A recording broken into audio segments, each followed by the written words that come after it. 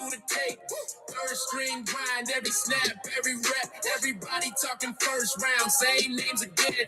Danny in the shadows, finding value in the 10. Stopwatch ticking, notebooks full of ink. Missed by the cameras, but he sees what you think you didn't see. From small schools to backups with a chance. If there's a sleeper on the board, he already made the call in advance. Danny Savage, draft guru. Boom! Greetings from YouTubeville. Once again, Danny Savage, Draft Guru. If you like the video, subscribe, give it a like, hit the hyper button. Also forget, do not hit the notification button so you know when I go live.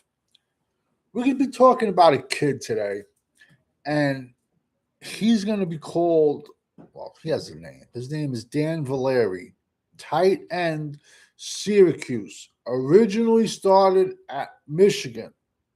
All right.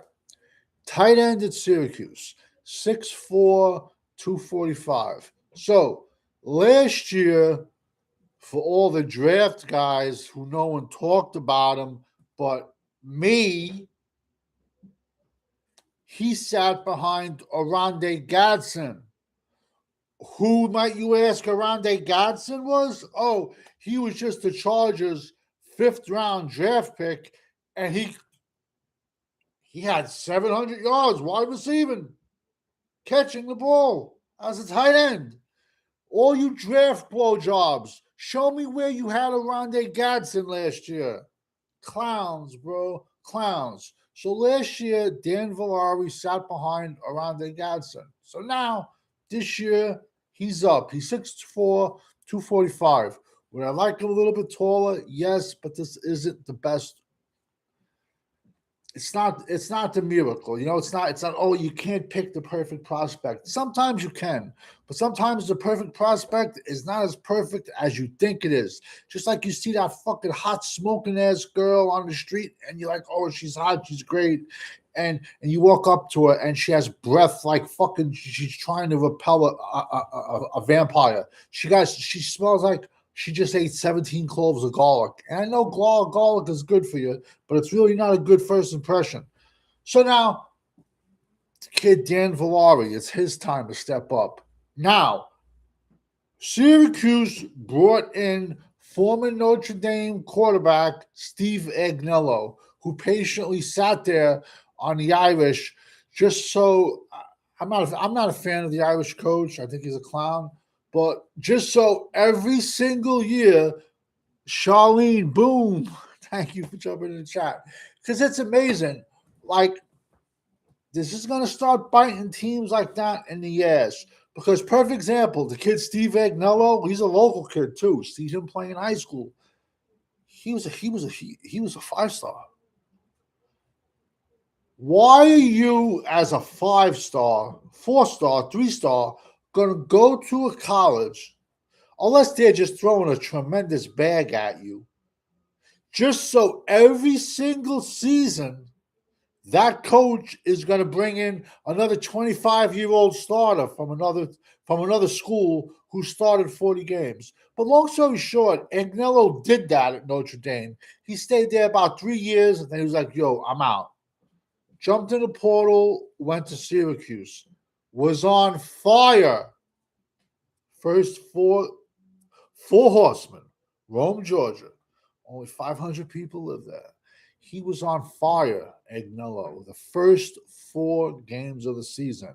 And how ironic, Dan Villari had his best production the first 4 games of the season. Then there's that saying, what's that saying? Murphy's Law. If something wrong can happen, it will. Steve Agnello, the Syracuse quarterback, the Notre Dame transfer, blew out his Achilles tendon for the season. So there goes his great season, and Dan Villari's season statistically took a nosedive. He finished the season 39 catches for 412 yards, and half of that production came in the first 4 games. Then he also had 17 carries for 55 yards for 1 TD. Those were mostly like quarterback sneaks. I mean, I don't know. This is just me. It's a trend in college football. I don't know why it's not in the NFL, but just me, if you, me, everyone in the stadium knows we're going for a quarterback sneak on the 1 inch line, I'd rather have a 6'6", 270-pound tight end doing the sneak than my $500 million franchise player.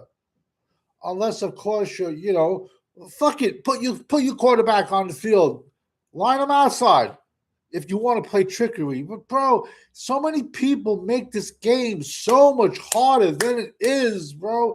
It's basic X's and O's, man. I don't care if it was 100 years ago. I don't care if it's now, man. These clowns make it so much, and they throw these big words at you. Half of them, this guy, he's the flag football. He's in the flag football Hall of Fame championship because he never played ball. You got Stinky Foots. He never played ball, but you're coaching kids that you never played a sport. Let me ask the parents out there, man. Would you let your kids be coached by somebody that never played a sport? Would you let your kid walk into a bakery and say, learn from the baker?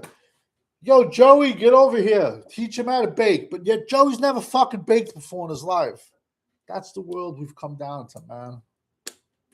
But you're a snake oil salesman and you kiss other people's asses, you rise up. Not in my world. Listen, I'm going to put some tape in here. It's going to be in the comment section. He's most likely going to be an undrafted free agent. He's going to be asleep with this kid. Watch this kid make it. This kid is going to be on someone's practice squad. And today is January 21st at 12:14 hours. Remember that.